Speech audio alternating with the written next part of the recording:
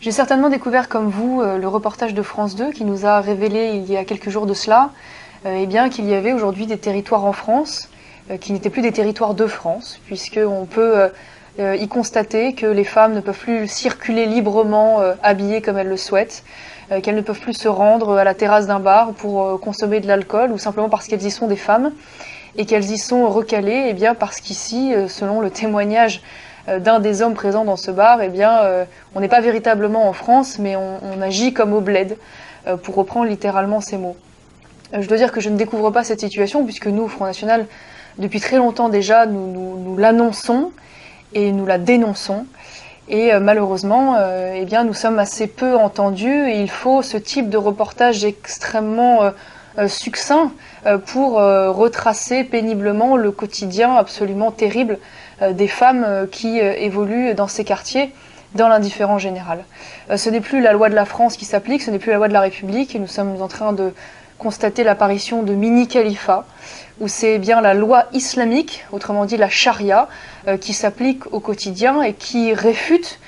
tout simplement l'égalité entre les hommes et les femmes, ou simplement même la mixité dans les lieux publics. Et là où nous avons de quoi être encore plus inquiets peut-être de cette situation, c'est à travers le témoignage d'une femme qui est intégralement voilée, avec une poussette dans ce reportage, et qui nous explique, quand elle est interpellée par d'autres femmes qui s'indignent de cette situation,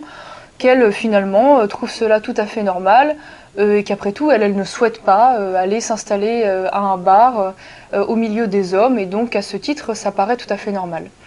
Je crois que c'est révélateur aujourd'hui de la fracture qui est en train de diviser la population française, avec ce type de personne qui a vraisemblablement d'ailleurs la nationalité française, mais avec qui nous ne partageons que très peu de choses, puisque aujourd'hui ce vivre ensemble n'est pas un véritable vivre ensemble, c'est un vivre à côté, où on se côtoie, mais où on ne se fréquente pas, où nous ne partageons plus grand-chose, si ce n'est peut-être de traverser les mêmes rues. Nous n'avons pas les mêmes ancêtres, nous n'avons pas la même histoire, nous n'avons pas la même culture, nous n'avons pas les mêmes codes, les mêmes mœurs, le même logiciel de vie, si je puis dire.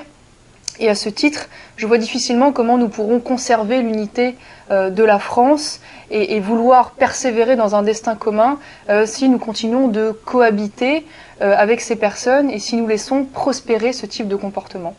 Puisqu'aujourd'hui, c'est bien l'idéologie salafiste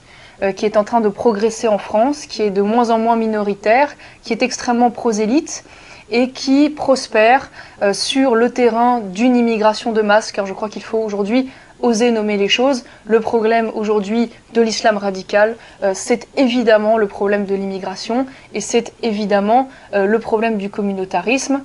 qui a été permis par Nicolas Sarkozy, François Hollande, Manuel Valls, Monsieur Fillon, qui tous, eh bien, à travers l'espace Schengen, à travers le refus des frontières, par la lâcheté, par la complicité, ont laissé se développer cet islam radical, ont fermé les yeux, l'ont même installé à la tête de la République avec le CFCM, et ont ainsi renoncé à imposer de gré ou de force